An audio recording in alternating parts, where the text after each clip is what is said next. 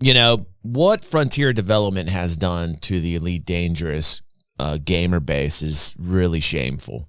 So shameful, in fact, that I'm gonna call upon the gods to give us the shame belt to Frontier right now. And David, I mean, really, shame. So when I saw this video drop on Obsidian Ant, who I consider to be like the board gamer of Elite Dangerous, I said, okay, let's go over this. Let's see what the updates are. Let's see if they can fix this fucking pile of dog shit that they've produced and that they've created. And apparently we've got console transfer details, updates 12, 13, and 14 plus 2023 feature overhaul. So let us check it out. Let's see if there's any salvaging this at all. Because personally, I'm at the crossroads with this game. Like there are aspects to the game that I love about it, but it is buried underneath problems and issues that I have. And I've talked about it here to the point where I call this game erectile dysfunction. I mean, I've gotten to the point where I am just ragging on this game. And I hate that I do. Like a lot of people, they go, "Oh, DG, you just pile on this game. You're part of the problem, not the solution." And I've put in my 2 cents more than enough times trying to get people on the right track and to get them to understand that the only way out of this is player retention and get to people come back to this game. And it is the danger element that brings people back to a title. Let's do this. Today, Frontier announced some details on what we can expect throughout 2022 for Elite Dangerous. So do I, Ash. I heard those rumors as well. The process for console to save transfers so to do PC, I. Updates 12, 13, and 14, as well as an overhaul of key game mechanics in 2023. Right. Okay, so console transfers. The way this will work is that Xbox and PlayStation players will be able to transfer their saved profile across to PC. Now, if you don't have a copy of Horizons on PC, Frontier will give you one for free during the transfer process. Now, this transfer process is time limited and also optional, so it won't happen automatically. You'll have to manually instigate it. Wait a second. What are they doing? What are they doing? What are they doing? Hold on a second. This includes detailing the process for console to save transfers to PC, updates 12, 13, and 14, as well as an overhaul of key game mechanics in 2023. Okay, so console transfers. The way this will work is that Xbox and PlayStation players will be able to transfer their save. They're going to lose all those fucking players. Like do you understand the mess that they caused? They should have just kept this PC in the fucking first place. It was admirable that they were trying to port this over to console. And now look at what they did. They completely abandoned the entire fucking section of gamer that played this on the console. And they said, now here's the fix. Don't worry about it. Take all that information, port it back over to your PC. Like, what the fuck are they doing? Who is running the show over there, man? They're all over the place. It looks so goddamn unprofessional. The whole thing looks unprofessional. It is. Profile across to PC. Now, if you don't have a copy of Horizons on PC, Frontier will give you one for free. I would be so pissed off. Oh, gee, thanks. Now, this transfer process is time limited and also optional, so it won't happen automatically. You'll have to manually instigate it. It's also worth pointing out that it isn't actually a transfer in the sense of removing your save profile from consoles and putting it on PCs. Instead, it is a direct copy. What this means is that you'll end up with a copy of your save profile on PC and a copy also that will continue to run on consoles. That said, not everything. Most console gamers aren't going to fucking do that. Most console gamers don't want to fucking have to do that. That's why they're console gamers, right? They're just going to be pissed off from now on. And they're going to remember that next time they buy their games. They're going to be like, oh, I remember when Frontier Development did this shit to me. Fuck them. I mean, Frontier Development's literally shooting themselves in the head right now. On your console will be able to transfer over to PC. So on screen right now, you can see a list of the things that will be able to transfer over.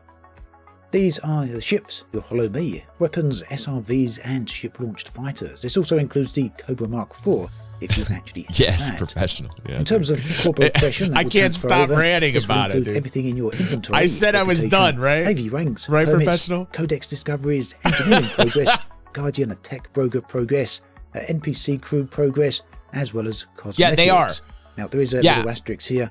Cosmetic By the item- way, the Fuel Rats, which are a very well-known organization, Purple Party Hat's talking about right now, it's an Oregon side of Elite Dangerous, and yes, they have moved over to Star Citizen. People that were playing Elite Dangerous are coming over in droves to Star Citizen. We welcome them. Just please, like, realize that we like danger over here in Star Citizen. Like, that will never leave. The danger stays here in Star Citizen. Do not fucking voice up against it. Deal with it. That is the game. Because guess what? It's space. Dangerous things happen in space. items applied through the livery, ships and fleet carriers, and Hollow Me will remain applied. 100th Unfortunately, there's a few episode, things Chrono. that won't Welcome, transfer bro. over. This includes Commander Name. This will need to be unique. Arcs balance, squadron membership, friends list, Right, block right, lists, Gas. private groups, Right, dude. current mission Happened to me progress, too, dude. NPC crew names and appearances. Now, Arcs balance is certainly going to be a sticking point for some people. If I want to recommend, the way around this is to spend your Arc balance before you actually initiate the transfer save.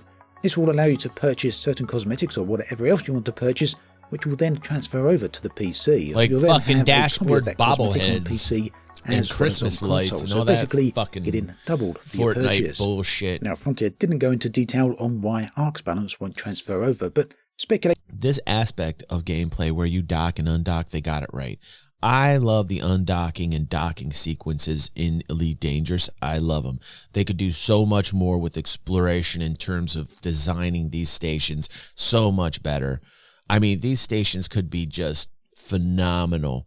But there's copies of a copy of a copy in every fucking system because there's too many systems. Listen, I respect what they did in terms of creating the billions of systems that are in Elite Dangerous, but let's be honest. In a game where you can't instance correctly with any of your friends, and in a game where you literally warp from system to system that has NPCs after NPCs, the game really feels dead, washed out, and repeated. It feels copied. It's a copy of a copy of a copy of a copy. It's a giant facsimile. Everything's a fucking Xerox machine in this game. And the problem is they went, a lot of people get pissed off with Star Citizen because there's one system. Look at the amount of work in that one system that has made that one system unique.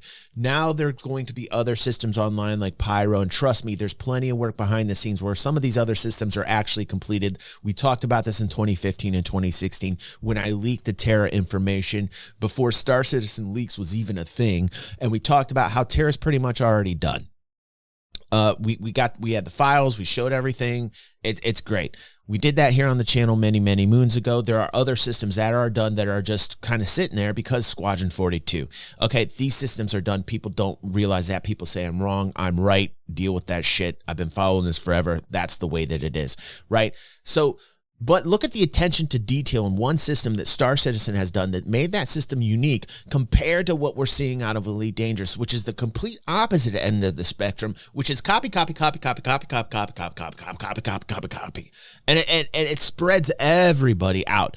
There's no way you're going to find anybody in this game unless you're like fleeting up with them and telling them, here we go. And then even then you have issues getting in the same instance with those people. So the real problem is, A, it doesn't feel live because you can't get with people most of the time. B, when you go to these stations, you're wanting more out of these stations. You want more uniqueness. You want like an arc, right? You want like a microtech. You want like different kind of biomes. You want different fucking space stations. But like it all feels like a copy of a copy of a copy. And then you start to question yourself, like what is going on in this game? I'll tell you what's going on in the game. All Elite and no Dangerous. In here, it seems pretty obvious that the Arc's balance are tied to the PlayStation stores as well as the Microsoft stores. So What's up, transferring that Bingo? over probably has What's up, some Sage? legal repercussions. Hence, they're unwilling or unable to do that. Again, that's just speculation. Oh, I on would my love part. that. I It would love seems that, very, Sage. very plausible. Another thing that won't be able to transfer over is fleet carriers as well as the fleet carrier content. The way around this will be to decommission your carrier ahead of the transfer, Wait for the 2-week decommissioning period. 2-week decommission fucking period to get your carrier to transfer over to the fucking PC. They fucked your console game up by completely abandoning you, right? Because they were trying to include everybody. They were trying to be Mr. fucking woke inclusive. Let's get everybody in here for the most fucking money that we can pull in. They're trying to get more revenue, more money, and look what that greed got them. It got them a giant pile of dog shit. They tried to get as much revenue and pull it in as from the consoles, and then they downgraded the PC players who were the hardest fucking backing ever. They were hardcore backers from the very beginning in the PC games for over a decade, and they fucked them in the ass, and they said, no, we're going to bring consoles in. We're going to downgrade your experience on the PC. Now, there's so much noise and so much anger over what they did. Now they're fucking the console players. They say, oh, excuse me, we're sorry, console players. Now we're going to take your experience away. You have to wait 2 weeks for all your assets to get over there, like your carrier that you saved up for, and now we're going to port you over, and here's all the 5,000 motherfucking steps that you have to do to get back to the PC, which we should have stayed in originally. Whew. Wow, I am so, these, what is going on with Frontier Development? They got their head up their ass. Like, really, what the fuck is going on over there, man? Credits will then transfer over to your copy of the PC save, at which point you're about to repurchase a carrier. There's no date just yet on when the ability to transfer or copy your save from console to PC will occur, but Frontier have said they will let everyone know as soon as that date becomes available. Also worth keeping in mind that this is a one-time process. You'll only be able to do it once per copy of the game. Moving on to other parts of Frontier's announcement, they get to their roadmap for 2022. Wait. Here's their roadmap. Hold on. Somebody show me what the. It's just a black screen, isn't it? Is it just? Can we get a black screen here, Pepe? This year, these are narrative, stability, just make and the entire screen black if you can. These will come in 3 separate updates: updates 12, 13, as well as 14. Now, updates 12 and 13, they say, will largely focus on quality of life changes, as well as those optimizations and stability improvements. These have been ongoing since the release of Odyssey. What's that, Pepe? We are able to do that? Oh, here's the roadmap. Congratulations. We found the roadmap, the Frontier Development. Here it is, everyone. Here's the roadmap for 2022.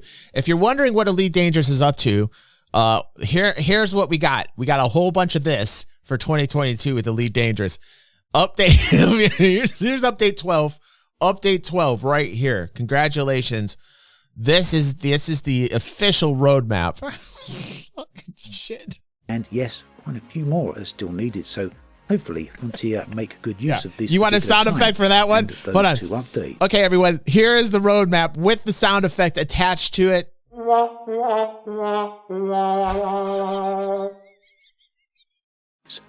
Update 14 will be a bit more of what could be considered. Oh, wait. There's another roadmap? Is there another roadmap?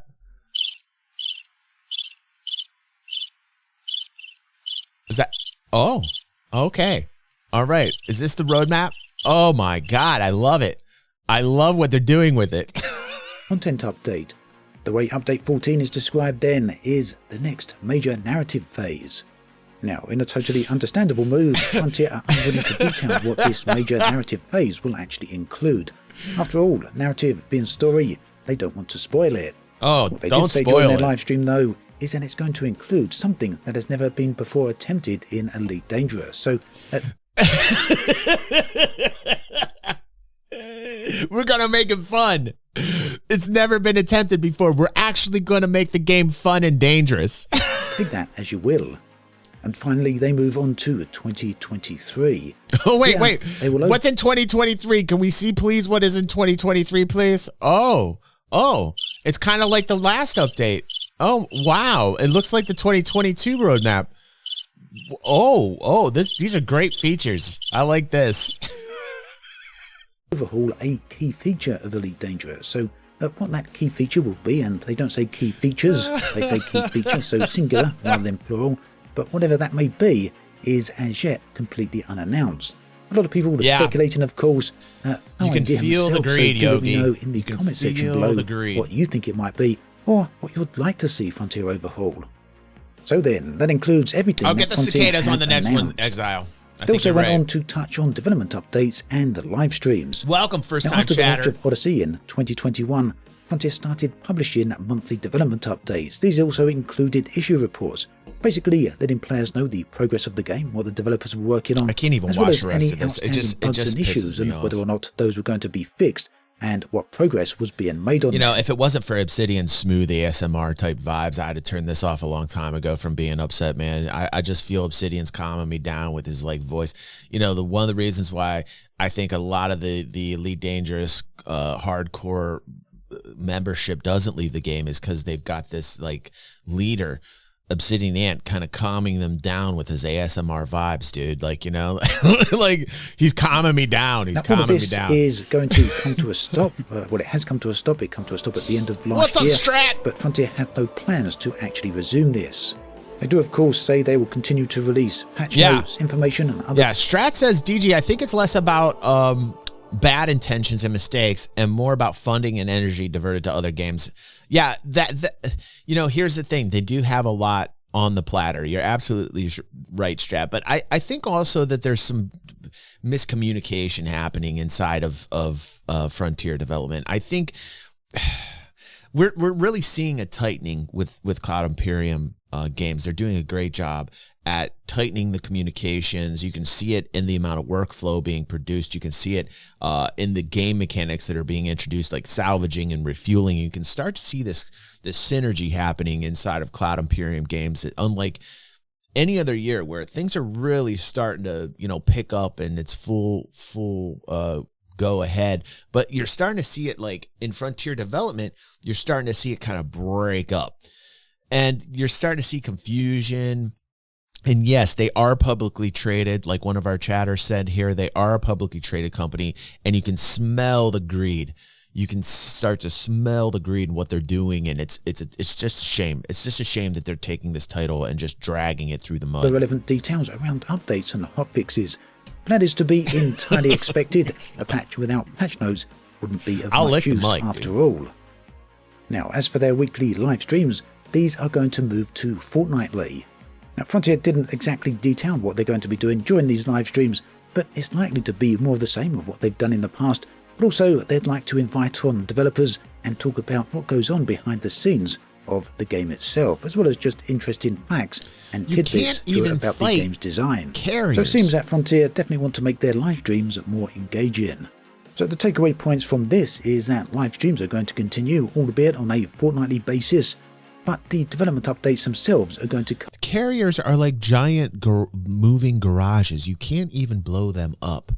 I mean, like they're non-destructible because people take all this time to save up for one, to buy one, and then they go, oh, I would never want this to blow up. Look how long this took me to get this. Oh my God, can you imagine 890 jump pilots saying that in Star Citizen? Like, oh, it took me so long to save up the, what is it, 45 million credits or so to buy myself an 890 jump, and I would never want it to blow up.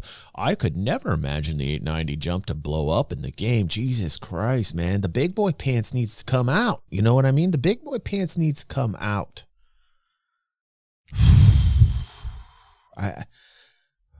come to a stop. So basically, Frontier is setting expectations. What's up, Soriel? Welcome to the 100th episode of DG in the Morning. During live streams, but don't expect regular ongoing development updates. Well, from the ideal situation, in my personal opinion, I bet it is, Ash. I bet it is, where dude. we stand right now. So this game could be so much more. That. Also, Frontier very specifically said that Elite Dangerous is not dead. It's not dying. It's not going anywhere. Those were their exact... No. It's dead. It's dead. Like, really. Like, it's completely dead. Here we go. Here it is. Is it dead? I can't even watch the rest of this, man. I don't think anything they're doing right now is helping out the title. I mean, porting people back over from console to PC and completely fucking the console player after they fucked the PC player. They fucked the PC players by putting it in the console because they wanted that money. They wanted that cheddar. Then they fucking realized that they had to downgrade the graphics and the PC players are getting fucked in the ass. And they said, okay, well, we got over a console at least, so at least now everybody can play. But now they've taken it away back from the console players and telling them to port it to PC over again. It is just like wow, it's like a really, it's like watching Monty Python when they run in the cave and then they're like, you know, then they run away. They're like, run away, run away. It's terrible. It's fucking terrible. I can't watch it anymore.